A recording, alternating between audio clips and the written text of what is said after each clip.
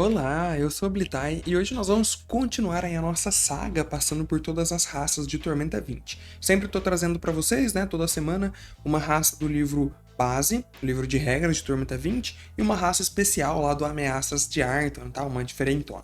Hoje a gente vai começar falando aí dos Minotauros, então já deixa o like, se inscreva no canal, comenta, clica aí na opção Seja Membro, tem várias vantagens por apenas R$3, cara, é menos que um cafezinho hoje em dia, você já me ajuda demais, tá bom? Vamos falar dos Minotauros. Eu confesso para vocês que quando eu comecei a mexer com Tormenta 20, né, comecei a estudar o sistema, os Minotauros me chamaram bastante atenção, porque eu gosto de jogar com raças que sejam corpo a corpo, né, classes corpo a corpo, combatentes, como eu chamo, e os Minotauros eu nunca tinha visto, né, em nenhum outro RPG que eu já joguei, assim, então me chamou bastante atenção, e eles são bovinos, cara. São verdadeiros humanoides com características de bovinos, né? Parecendo ali um grande touro, coisa do tipo. Vocês podem ver aqui na imagem de referência, inclusive, que eles têm patas, mas aqui no lugar dos pés, né? Mas eles têm mãos com polegares, parecida com as mãos humanoides. De resto, eles são muito parecidos, de fato, com um touro ali. Então, características bovinas, como eu disse.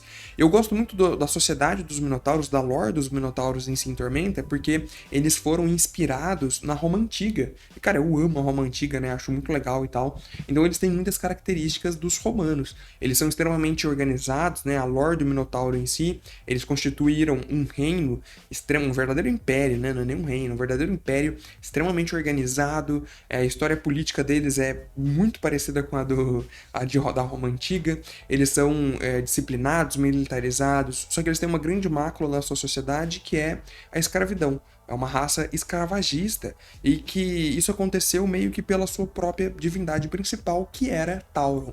Antigamente a gente tinha o deus da força, que era Tauron. Hoje em dia a gente não tem mais, por motivos que ocorreram lá no livro A Deusa do Labirinto. A gente já falou sobre esse livro aqui no canal, vale a pena ver. Mas o raciocínio deles, basicamente, simplificando para vocês, era o seguinte: eles tinham um lema que o mais forte deve proteger o mais fraco. E aí, por conta desse raciocínio, né, foram derivando outras coisas que acabaram como escravagistas. Se o mais forte deve proteger o mais fraco deve servir ao mais forte. Se o mais fraco deve servir ao mais forte, logo os mais fracos são escravos dos mais fortes. E isso só se acentuou ainda mais depois que a Glórien, né, a deusa dos elfos, a antiga deusa dos elfos, se submeteu à proteção de Tauro e, portanto, acabou virando escrava dele. Automaticamente, todos os elfos eram tidos como escravos dos Minotauros por conta disso, né? Uma grande simplificação aí do que aconteceu, mas foi uma grande mácula que existia nos Minotauros. Hoje em dia, na lore atual, as coisas não estão mais assim. Por conta dos eventos que aconteceram lá no livro da Deusa do Labirinto, as coisas mudaram, existe uma grande ruptura na sociedade dos Minotauros, no reino deles, e que o Império caiu, o próprio Tauron, né, acabou caindo também, e uma área da Tormenta se formou ali onde era o Império. Apesar dela estar muito controlada, né, deles terem conseguido tirar o pior que existia dali, ainda existe uma grande ameaça da Tormenta dentro do próprio reino, dentro do coração do reino dos Minotauros, o que causa muito transtorno. Além disso, eles estão sem sua principal divindade. Então, se você for jogar com o Minotauro hoje em dia, é legal você trabalhar esse dilema, né? De que, putz, ele era uma raça que era extremamente poderosa, que tinha um reino muito grande, que se vangloriava e tudo mais, e hoje existe esse grande problema. O Império está corrompido, existe a Tormenta amaldiçoando tudo por ali, a sua principal divindade se foi. Então é bem legal olhar esses dilemas e fazer algo ali a respeito. Eles, como eram baseados no Império Romano, como eu disse, tinham legiões, né? Ainda existem essas legiões, e na história dos Minotauros existe uma grande aventura que era do RPG antigo ainda, né? Do Tormenta RPG, e não do Tormenta 20, em que os Minotauros, eles queriam expandir o Império, dominando o mundo inteiro. Inclusive, eles chegaram até a fazer um cerco lá em Valcária, o que derrocou na queda do antigo imperador Tormir, que a gente já falou bastante aqui no canal sobre ele. E aí houve um armistício ali, né, um acordo de paz, e logo depois houve toda essa tragédia com o Império dos Minotauros. Mas é bem legal, eu espero que eles fizeram agora a releitura, né, o remake da aventura da Deusa do Labirinto. Quem sabe no futuro a gente não tem um remake aí dessa invasão táurica, né? Ia ser bem legal, chama Guerras Táuricas, se eu não me engano, ali o suplemento, ia ser bem interessante, né? Eu ia achar muito legal. Enfim, falando mecanicamente, eles têm Força 2, Constituição +1 e Sabedoria -1, o que mostra que os Minotauros realmente são bem interessantes para classes combatentes, você fazendo um bárbaro, um guerreiro, um lutador. Eles têm chifres, que é uma arma natural, então você, quando faz a ação de agredir um inimigo, você pode gastar mais um PM para dar um ataque extra, como se fosse o chifre, causando um D6 ali de dano. Eu acho bem interessante essa habilidadezinha, apesar do dano ser bem pequeno, né? Eles têm o couro rígido, então por eles terem uma pele mais resistente que as outras raças, ele tem mais um de defesa. Ele tem a habilidade do faro, que faz com que o olfato dele seja mais sensível que o das outras raças. Isso dá algumas vantagens, né? Então, por exemplo, se ele tá contra um inimigo de alcance curto, que ele não possa ver, ele vai ter, ele não fica desprevenido, porque apesar de não ver, ele tá cheirando ali o inimigo. E a camuflagem total, que é uma mecânica que existe dentro do Tormenta 20, causa apenas 20% de chance de falha, o que é bem menor do que a chance da mecânica em si, que eu não me recordo agora se era 50% e tal. E também tem o medo de altura, então se ele estiver alguma perto, né, próximo ali de uma queda de mais de 3 metros, você fica com a condição negativa de abalado.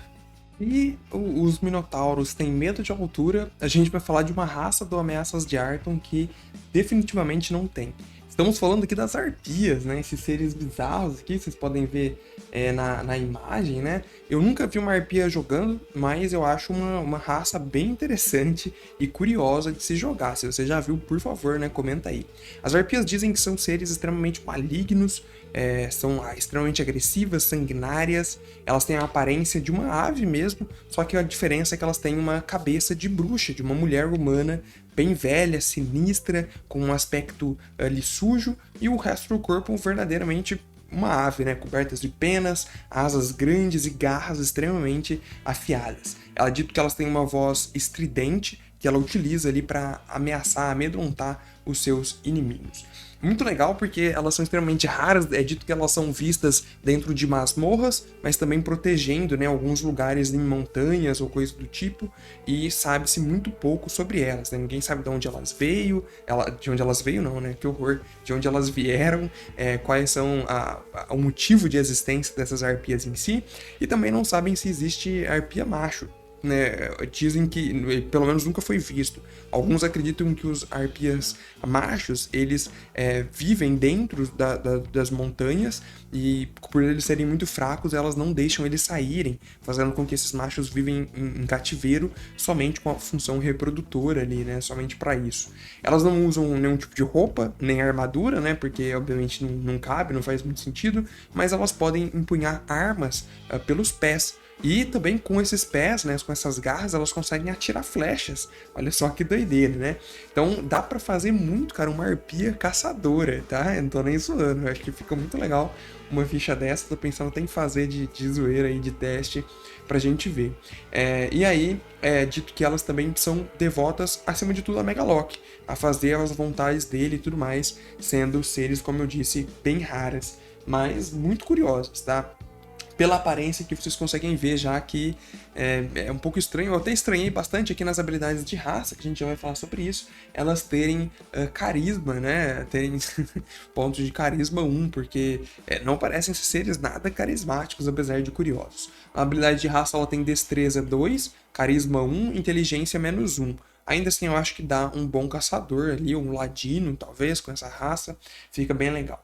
Ela tem a habilidade Asas de Abutre, o que faz que ela, que ao invés de braços, ela tenha literalmente asas. Isso permite que você fique pairando a 1,5 m do chão. Isso dá algumas vantagens mecânicas interessantes. Então, o deslocamento dela é de 12 metros, e ela ignora terreno difícil, sendo imune a dano de queda, a menos que esteja completamente inconsciente.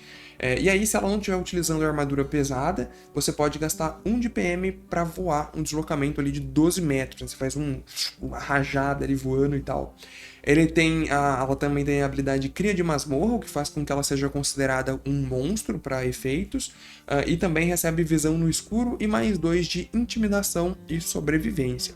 Tem o Grito Aterrorizante, que faz ligação lá com a voz aguda, né, que eles disseram que ela tem, e essa voz você pode gastar uma ação padrão e 1 de PM para emitir um grito estridente que vai abalar ali os seus oponentes. Criaturas em alcance curto podem ficar abaladas com esse grito. Claro que elas têm que fazer ali um teste de vontade, ceder o seu carisma, então vai ser importante você colocar alguns pontos em carisma ali por conta disso. Ela também tem os pés rapinantes, né, o que permite que ela utilize as garras do pé como se fossem mãos, né, para segurar armas e tudo mais, ou você pode utilizar simplesmente as suas garras, que atuam como uma arma natural, dando 1d6 de dano cada, né? Uma vez por rodada, você pode, quando faz ação de agredir um oponente, você pode sim gastar 1 de PM para fazer um ataque corpo a corpo extra com uma dessas garras, desde que ela não tenha sido utilizada, né? Então você tem que tomar cuidado, tá? Você carrega uma arma com uma mão, tem que tomar cuidado o que vai fazer com a outra, né? E por assim, você tem que se garantir que ela não tenha sido usado e tudo mais. Ou você pode utilizar até mesmo a característica de 2 armas, né? Mas eu achei bem interessante usar o arco e flecha, né? Você fazer uma arpia ali com arco e flecha ia ficar no mínimo interessante. Ela tem uma longevidade normal, quer dizer que ela vive o mesmo tanto que um humano, e devotos principalmente de Rinin, Megaloc e Tenebra. Tá bem curioso aí, bem interessante. Eu acho que ficaria legal se você já jogou com uma arpia. Por favor, comenta aí, eu quero muito saber como foi a experiência. Deixa o like, se inscreva no canal. Um abraço e tchau. Valeu!